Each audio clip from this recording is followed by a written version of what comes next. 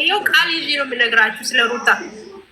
እኔ ማለት ነው አይኔ እንደዚህ አድርጌ እነግራችኋለሁ።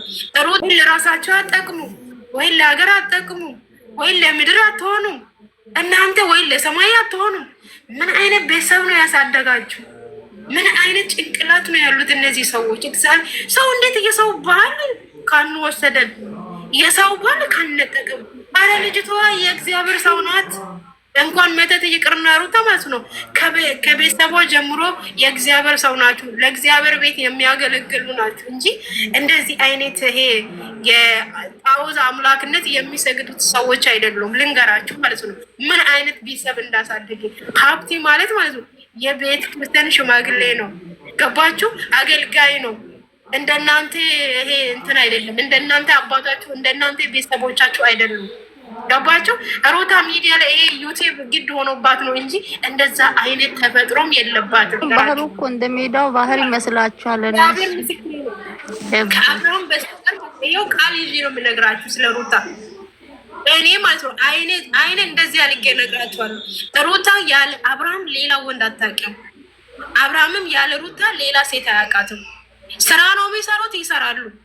ግን ይሄ እንደዚህ አይነት ባልጌት ድርጊት እየደረጉ ማለት እያሳዩ ያሉት ለማን ነው? ለእነዚህ ለተራ ሰዎች እና ስራችሁ እንጀራችሁ ስለሆነ ነው እንጂ እንደዚህ አይነት አብርሃም በኩል እንደዚህ አይነት አስተሳሰብ የለም። ሩታም እንደዚህ አይነት አይነት ደግሞ ከአብርሃም የባሰ ሩታ ናት። እግዚአብሔር በጣም ይዋን ምስኪን ለእግዚአብሔር ፈሪ ለእምነቷ ጠንካራ የሆነች ጀግና ሴት የተማረ ቤተሰብ ውስጥ ያደገች ልጅ ናት እንጂ እንደናንተ ተራ ቤተሰብ ይሄ ጦንቃይ ቤት የሚሄድ ይሄ ጨለማ መንፈስ የሚያመልኩት ቤተሰብ ውስጥ አላደገችም። ልንገራችሁ፣ ይሄው ቃል ይዤ ነው የሚነግራችሁ። ያስጠሉ ኢየሱስ ማሪ በቃ ትናደጅ ታያችሁ። ቃሉን መጽሐፍ ቅዱስ ደግሞ ክቡር ነው። እሺ ለተራ ሰው አታንሺ። እሺ እኔ እናት ኧረ እኔ ለሩታ ብዬ ነው ያወጣው። እግዚአብሔር ሲያስጠሉ ኖ ተያት ሀቋ ያወጣታል። እኔም የሆነ ቦታ ላይ ገብቼ የአብርሃም ደጋፊዎች ጋር ገብቼ የአብርሃም እና የሄርሜላ ደጋፊዎች ላይ ጥሩ አይደለም ስላቸው ሊበሉኝ ደረሱ አልኩሽ። ሊበሉኝ እንዴ ምን ነው? ቆይ አረብ ሀገር ያሉ ልጆች የሚጣሉት በሰው ትዳር እነሱ አሁን ወልደዋል አይለያዩም። ምክንያቱም እንኳን በትዳር ላይ በጓደኝነት እኮ ብዙ ነገር በሰው ልጅ ያሳልፋል።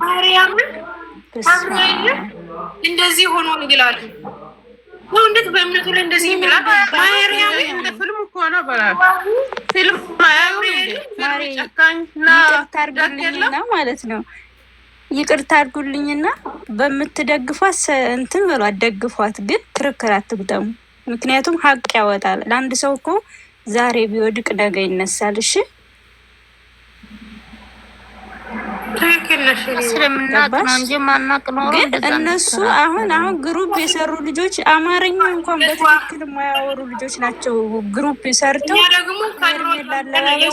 ሲጀመር እኔ ግሩፓቸውን አብርሃምንም ደግፌ አላውቅም፣ ሩታንም ደግፌ አላውቅም። እኔ የግሩፑ ደጋፊም የለሁበትም፣ ዩቱበርም አይደለሁኝም። ገባሽ? ጊዜም ታይምም የለኝም እንደዚህ አይነት ሶሻል ሚዲያ ላይ መጥቼ የምለፋለፍበት ማለት ነው። ግን አላደር በሴትነትሽ የምደግፊው ነገር በሴትነትሽ ነገ በእኔ የሚሰማሽ ነገር አሁን ነገ እኛ ወንዶቻችን ባሎቻችን ይሄዳሉ ነገ በእኔ